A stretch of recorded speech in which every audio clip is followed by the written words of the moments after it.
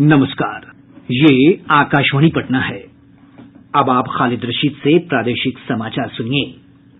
पहले मुख्य समाचार। राष्ट्रपति रामनाथ कोविंद ने कहा, शिक्षा से बच्चों में संवैधानिक मूल्यों के प्रति निष्ठा मजबूत होनी चाहिए।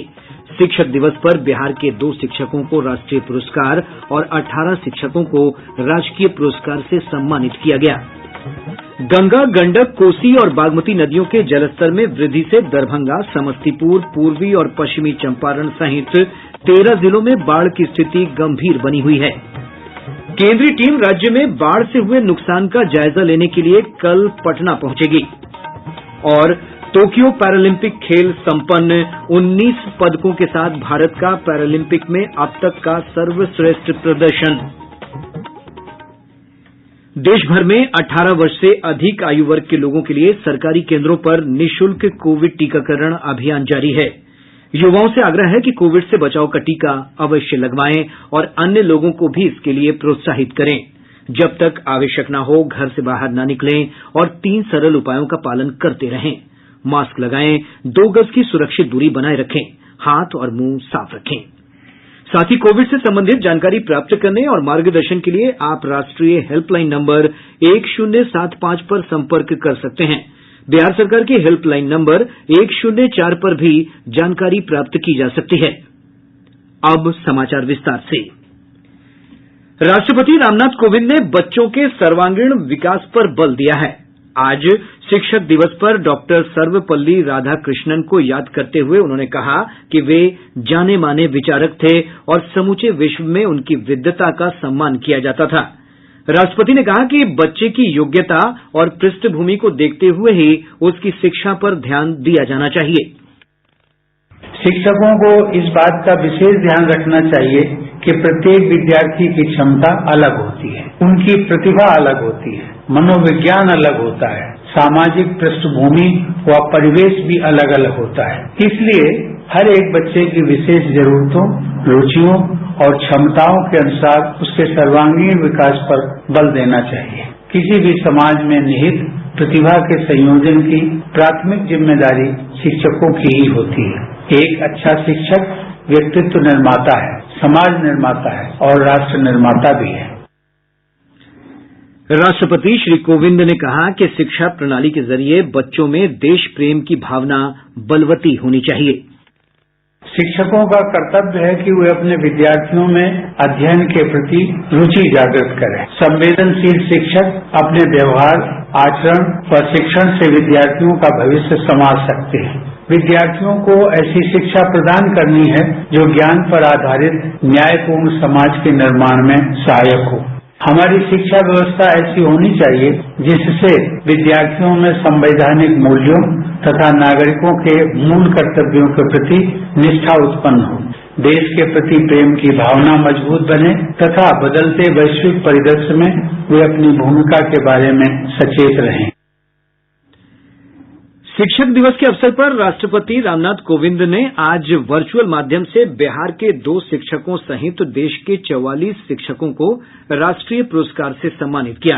राज्य के जिन 2 शिक्षकों को सम्मानित किया गया है उनमें RKMS भभुआ के कार्यवाहक प्रधान शिक्षक हरिदास शर्मा और MS Rathi government school Madhubani की शिक्षिका चंदना दत्ता शामिल हैं। इधर शिक्षा मंत्री विजय कुमार चौधरी ने आज पटना में आयोजित कार्यक्रम में राज्य के 18 शिक्षकों को राजकीय सम्मान से सम्मानित किया। केंद्रीय शिक्षा मंत्री धर्मेंद्र प्रधान ने शिक्षक दिवस के अवसर पर कहा कि नई शिक्षा नीति देश में बदलाव लेकर आएगी। जब राष्ट्रीय शिक्षा नीति क्रियान्वयन होना शुरू हुआ है, जिसमें हम 21वीं सदी को एक नई ऊंचाई की ओर ले जाने के लिए कटिबद्ध है, संकल्पबद्ध है, और आज की शिक्षक दिवस इसीलिए महत्वपूर्ण होता है। राष्ट्रीय शिक्षा नीति की क्रियान्वयन का पहले सालगिरह के अवसर पे ये पहला शिक्षक दिवस है। गंगा, गंडक, कोसी और बागमती नदियों में उफान के कारण दरभंगा, समस्तीपुर, पूर्वी और पश्चिमी चंपारण सहित 13 जिलों में बाढ़ की स्थिति अभी भी गंभीर बनी हुई है। बाढ़ से प्रदेश के 15 लाख से अधिक लोग प्रभावित हैं। पूर्वी और पश्चिमी चंपारण जिला सहित गंडक के किनारे बसे कई जिलों के नये क्षेत्र बाढ़ की चपेट में आ गए हैं। गंडक में उफान से बेतिया का नौतन प्रखंड पूरी तरह बाढ़ की चपेट में है। मधुबनी जिले में बाढ़ का पानी कम होने से कुछ राहत मिली है। हालांकि कमला बलान नदी में उफान से नये इलाकों में बाढ़ की स्थिति गंभीर बनी हुई है। मधुबनी जिले में बाढ़ का पानी कम होने से कुछ राहत मिली है। हालांकि मधेपुर प्रखंड के गांव बसीपट्टी, मापतिया, बकुआ, भरगामा, रजौर, दर्जिया, बेनीपट्टी प्रखंड के करहाड़ा, बराड़ी, समदा, बिशनपुर बाढ़ से अभी भी प्रभावित हैं। इन जगहों पर आवागमन के लिए नाव ही एकमात्र सहारा है। पंचायतों का प्रखंड मुख्यालय से सड़क संपर्क बाधित हो गया है। सड़क यातायात छिन्न भिन्न हो चुका है। बाढ़ प्रभावित लोगों ने आरोप लगाया है कि अभी तक उन्हें सरकारी सहायता नहीं मिली है। आकाशवाणी समाचार के लिए मधुबनी से अमरनाथ आनंद। वहीं दरभंगा शहर के कई इलाके बागमती नदी में उफान के कारण बाढ़ की चपेट में आ गए हैं। समस्तीपुर जिले में बागमती और नून समेत अन्य नदियों में पानी बढ़ने से जिले के लगभग 70 गांवों में बाढ़ की स्थिति गंभीर बनी हुई है। समस्तीपुर में नून नदी में बाढ़ से जिले के चक सिकंदर, चक पहाड़, गुनाई बस्ती और हरपुर भिंडी समेत 1 दर्जन गांवों में बाढ़ की स्थिति गंभीर है। वहीं जिले के कल्याणपुर प्रखंड के नामापुर, कनौजर, परना, बघला, खरसन पूर्वी, जटमलपुर, तीरा और सोरमार समेत 30 से अधिक गांवों में बागमती नदी का पानी पूरी तरह फैल गया है। जिला अधिकारी शशांक शुभंकर ने बताया है कि बाढ़ग्रस्त क्षेत्रों में 85 नावें चलाई जा रही है। साथ ही सामुदायिक रसोई घर के माध्यम से लोगों को भोजन कराया जा रहा है। आकाशवाणी समाचार के लिए समस्तीपुर से कृष्ण कुमार। कटिहार में कोसी और बरंडी नदी सहित अन्य नदियों में उफान को देखते हुए अभियंताओं को अलर्ट पर रहने का निर्देश दिया गया है। बरंडी नदी में उफान से जिले के फलका प्रखंड के पीर मुकाम पंचायत के लगभग 50 घरों में बाढ़ का पानी प्रवेश कर गया है। प्रभावित लोग अपना घर छोड़कर ऊंचे स्थानों पर जा रहे हैं। फलका प्रखंड की 3 पंचायतों के कई गांव बाढ़ से प्रभावित हैं। हाथवाड़ा पंचायत के चपरेला गांव, जब्बार टोला और जीवन टोला में भी बाढ़ का पानी प्रवेश कर गया है। इधर पश्चिम चंपारण के बगहा अनुमंडल क्षेत्र में स्थित हरहा और पहाड़ी नदियों का जलस्तर घटने लगा है। बगहा के सहायक अनुमंडल पदाधिकारी ने आज जल संसाधन विभाग के कार्यपालक पदाधिकारी के साथ कई गांवों का दौरा कर बाढ़ पीड़ितों से मुलाकात की। जल संसाधन विभाग बेतिया के कार्यपालक पदाधिकारी राम विनय सिन्हा ने बताया कि प्रभावित क्षेत्रों में कटाव रोधी कार्य जल्द ही शुरू कर दिया जाएगा। प्रदेश में बाढ़ के चलते हुए नुकसान का आकलन करने के लिए केंद्रीय टीम कल बिहार दौरे पर आएगी। आपदा प्रबंधन विभाग से प्राप्त जानकारी के अनुसार गृह मंत्रालय में संयुक्त सचिव आरके सिंह के नेतृत्व में 6 सदस्यों की उच्च स्तरीय टीम बाढ़ से हुई क्षति का जायजा लेगी। टीम में जल आयोग के निदेशक संजीव सुमन और अधीक्षण अभियंता प्रदीप लाल भी शामिल होंगे।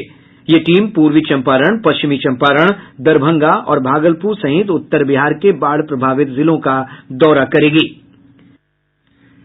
प्रादेशिक समाचार आप आकाशवाणी पटना से सुन रहे हैं। 24 अगस्त से शुरू हुए तोक्यो पैरालंपिक खेलों का आज समापन हो गया। इस अवसर पर जापान की राजधानी तोक्यो के ओलंपिक स्टेडियम में रंगारंग कार्यक्रम का आयोजन किया गया। पेरिस में होने वाले अगले पैरालंपिक में नया इतिहास रचने की उम्मीदों के साथ खिलाड़ियों ने तोक्यो पैरालंपिक को अलविदा कहा। समापन समारोह में भारतीय निशानेबाज अवनी लेखरा भारत की ध्वजवाहक बनी। अवनी पैरालंपिक खेलों में स्वर्ण पदक जीतने वाली पहली भारतीय महिला हैं। समापन समारोह में भारत की ओर से 11 खिलाड़ियों ने हिस्सा लिया। टोक्यो पैरालंपिक खेलों के आखिरी दिन भारत ने बैडमिंटन में 1 स्वर्ण और 1 रजत पदक जीतकर शानदार प्रदर्शन किया। पैरालंपिक खेलों में भारत ने कुल 19 पदक जीते हैं। बिहार के वैशाली जिले के प्रमोद भगत ने बैडमिंटन एकल स्पर्धा में स्वर्ण और मुजफ्फरपुर के शरद कुमार ने ऊंची कूद में कांस्य पदक जीतकर रिकॉर्ड बनाया। टोक्यो पैरालंपिक में आज अंतिम दिन भारत ने 1 स्वर्ण और रजत पदक जीतकर इतिहास रच दिया है। पुरुष सिंगल्स में कृष्ण नागर ने फाइनल में हांगकांग के मान काई चू को हराकर स्वर्ण देश के नाम किया। इससे पहले गौतम बुद्ध नगर के जिलाधिकारी सुहास यथिराज ने रजत पदक जीता। भारत ने 5 स्वर्ण, 8 रजत और 6 कांस्य सहित कुल 19 पदक जीतकर अपना सर्वश्रेष्ठ प्रदर्शन किया है। बाढ़ के संकट के बीच पढ़ने और पढ़ाने का जुनून भी बना हुआ है। जी हां, कटिहार जिला के मनिहारी अनुमंडल में नाव पाठशाला इस आश्चर्य को चरितार्थ कर रही है। शिक्षक दिवस पर प्रस्तुत है कटिहार से हमारे संवाददाता कुमार मुकेश चौधरी की विशेष रिपोर्ट। मनिहारी अनुमंडल के 3 युवा शिक्षक गंगा नदी में ही नाव पर पाठशाला चलाकर बच्चों को निःशुल्क शिक्षा दे रहे हैं। शिक्षकों का कहना है कि हर साल बाढ़ की वजह से कई महीनों तक बच्चों की पढ़ाई प्रभावित होती है, इसलिए नाव में ही पाठशाला चलाकर शिक्षा की लौ को जिंदा रखना चाहते हैं। साल के आधा महीने यानी कि 6 मास हम लोगों के यहाँ पे पानी रहता है और 6 मास सूखा रहता है। ऐसे में हम लोगों का सिर्फ नाव से पुराना नाता है, इसलिए हमने जो है नाव पर ही शिक्षा का प्रारंभ किया है। और हम लोग जो है जब तक यहाँ पर पानी रहेगी तब तक हम लोग जो है नाव पर ही पाठशाला चलाएंगे, क्योंकि इसके अलावा हम लोगों के पास कोई विकल्प नहीं है। वहीं गंगा में तैरते इस अनोखे पाठशाला में पढ़ने आए छात्रों का कहना है कि जब पूरा इलाका जलमग्न है, ऐसे में नाव ही सबसे सुरक्षित जगह है, इसलिए उन लोगों को नाव पाठशाला में पढ़ने में कोई परेशानी नहीं है। हम लोग का सिलेबस लॉकडाउन की वजह से कंप्लीट नहीं हो पा रहा है, सर हमारे जो बड़े भाई लोग हैं वही सब बोले कि सिलेबस कंप्लीट नहीं हो पाएगा, इसी कारण तुम लोग को हम चलो नाव पर ही पढ़ा देते हैं। निश्चित तौर पर इस तरह की पाठशाला से समाज को भी एक सीख लेने की आवश्यकता है। आज जहां एक ओर शिक्षा व्यवसाय का रूप ले चुका है, वहीं बाढ़ जैसी आपदा में भी गांव के शिक्षक योद्धा सेवा भाव से अपनी सेवाएं दे रहे हैं। आकाशवाणी समाचार के लिए कटिहार से कुमार मुकेश चौधरी। पातेपुर की पूर्व विधायक और जदयू की प्रदेश उपाध्यक्ष प्रेमा चौधरी ने पार्टी की प्राथमिक सदस्यता से इस्तीफा दे दिया है। उन्होंने पार्टी नेतृत्व पर वादा खिलाफी का आरोप लगाया है। श्रीमती चौधरी ने अक्टूबर में अपनी पुरानी पार्टी राजद में शामिल होने की घोषणा की है। प्रदेश में अब तक 3 करोड़ 92 लाख से अधिक लोगों को कोविड से बचाव के टीके दिए जा चुके हैं। इनमें से 65,64,482 लोगों को टीके की दोनों डोज दी गई है। टीकाकरण के मामले में बिहार पूरे देश में तीसरे स्थान पर है। इधर देश में अब तक 68 करोड़ 28 लाख से अधिक लोगों को कोविड रोधी टीके लगाए गए हैं। वैशाली जिले के महुआ थाना क्षेत्र के मिल्की गांव में एक फरार वारंटी को गिरफ्तार करने गई पुलिस पर अपराधियों ने पारंपरिक हथियारों से जानलेवा हमला कर दिया। इस हमले में थानाध्यक्ष और 3 चौकीदार सहित आधा दर्जन पुलिसकर्मी घायल हो गए। घायलों को इलाज के लिए सदर अस्पताल हाजीपुर में भर्ती कराया गया है। महुआ की एसडीपीओ पूनम केसरी ने बताया कि दर्जन भर से अधिक हमलावरों को गिरफ्तार किया गया है। अररिया जिले के सिकटी थाना क्षेत्र के सिमरबन्नी गांव में पुलिस ने छापेमारी कर 55 बोतल नेपाली शराब के साथ एक कारोबारी को गिरफ्तार किया है। वहीं शेखपुरा पुलिस ने एक बस से 40 बोतल शराब के साथ 5 लोगों को गिरफ्तार किया है। और अब अंत में मुख्य समाचार एक बार फिर। राष्ट्रपति रामनाथ कोविंद ने कहा, शिक्षा से बच्चों में संवैधानिक मूल्यों के प्रति निष्ठा मजबूत होनी चाहिए। शिक्षक दिवस पर बिहार के 2 शिक्षकों को राष्ट्रीय पुरस्कार और 18 शिक्षकों को राजकीय पुरस्कार से सम्मानित किया गया। गंगा, गंडक, कोसी और बागमती नदियों के जलस्तर में वृद्धि से दरभंगा, समस्तीपुर, पूर्वी और पश्चिमी चंपारण सहित 13 जिलों में बाढ़ की स्थिति गंभीर बनी हुई है। केंद्रीय टीम राज्य में बाढ़ से हुए नुकसान का जायजा लेने के लिए कल पटना पहुंचेगी।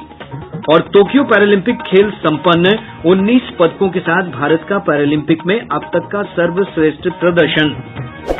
इसके साथ ही आकाशवाणी पटना से प्रसारित प्रादेशिक समाचार का ये अंक समाप्त हुआ।